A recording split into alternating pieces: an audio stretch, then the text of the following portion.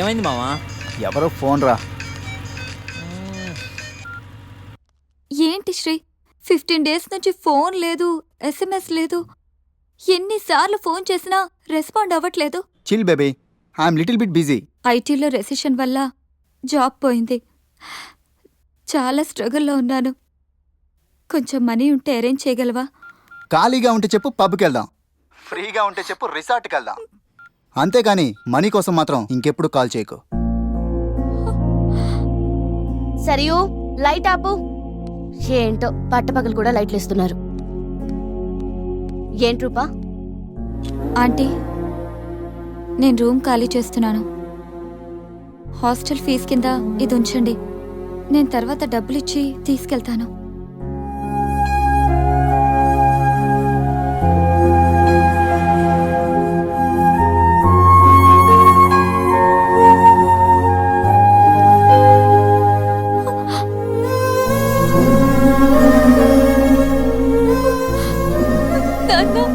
ఊరుకో. ఐటీ ఇండస్ట్రీలో భూములు రెసిషన్లో ఉంటాయి, కానీ తల్లిదండ్రుల ప్రేమ కాదు. అమ్మ ఎదురు చూస్తుంది. మన ఊరు వెళ్ళిపోదాం.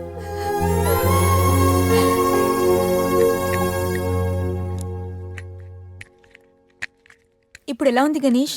నీకు ఫీవర్గా ఉందని సంధ్య చెప్పింది. శేఖర్ గారు ఎలా ఉన్నాడు? వాడు ఓకేరా, 2-3 డేస్లో డిశ్చార్జ్ చేస్తామన్నారు. ఇంకా ఈ వీకెండ్ ఎలా మిస్ అయింది కదరా. నెక్స్ట్ వీకెండ్ ఏం ప్లాన్ చేస్తున్నావు?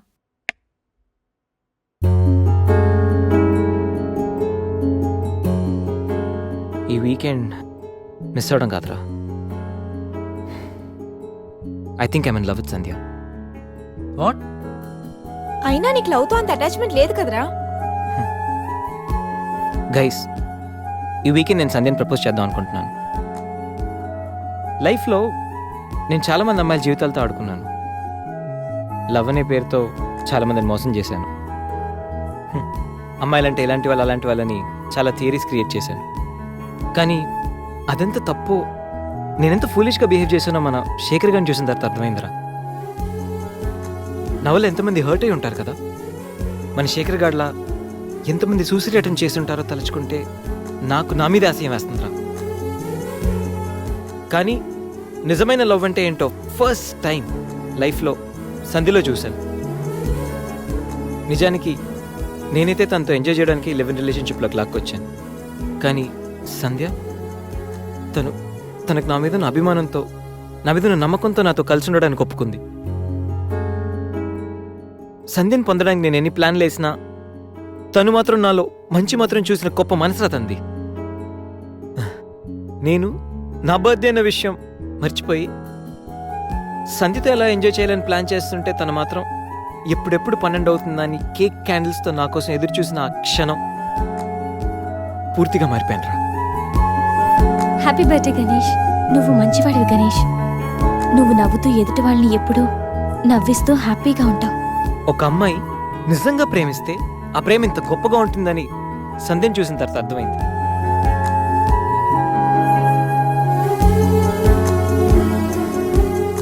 నాలో ఎన్ని బ్యాడ్ క్వాలిటీస్ ఉన్నా నాలో ఉన్న మంచితనం గురించి తను చెప్పిన ప్రతి మాట నాకు అమ్మాయిల మీద ఉన్న చులకర భావాన్ని పూర్తిగా చెరిపేసింది. నీలాంటి మంచి మనిషి తోడుగా ఉంటే లైఫ్ లాంగ్ ధైర్యంగా సంతోషంగా ఉండొచ్చు. నాకు ఇప్పుడు కావాల్సింది వీకెండ్ ఎంజాయ్మెంట్ కాదురా, లైఫ్ లాంగ్ నాతో తోడొచ్చే సంధ్య ప్రేమ. ఆ ప్రేమను పొందడానికి నాకు అర్హత ఉందో లేదో తెలియదు, కానీ సంధ్య లేకపోతే మాత్రం నేను బతకలేనురా. గణేష్, సంధ్య అంటే నీకెంత ఇష్టమో నీలో స్పష్టంగా తెలుస్తోందిరా. గణేష్, సంజు ప్రేమ నిన్ను పూర్తిగా మార్చేసింది. అది మా అందరికి చాలా హ్యాపీరా. Congrats. Thank you. All the best. Thanks రా. థ్యాంక్స్. బాయ్. టేక్ కేర్ రా. షూర్. బాయ్. బాయ్. అయినా Ganesh, how did it happen? నువ్వు ఒక అమ్మాయితో ఇంతకాలం సిల్లీ. ఏ అమ్మాయిని ఎక్కువ కాలం మెయింటైన్ చేయవు కదా. ఏ అంత నచ్చిందా?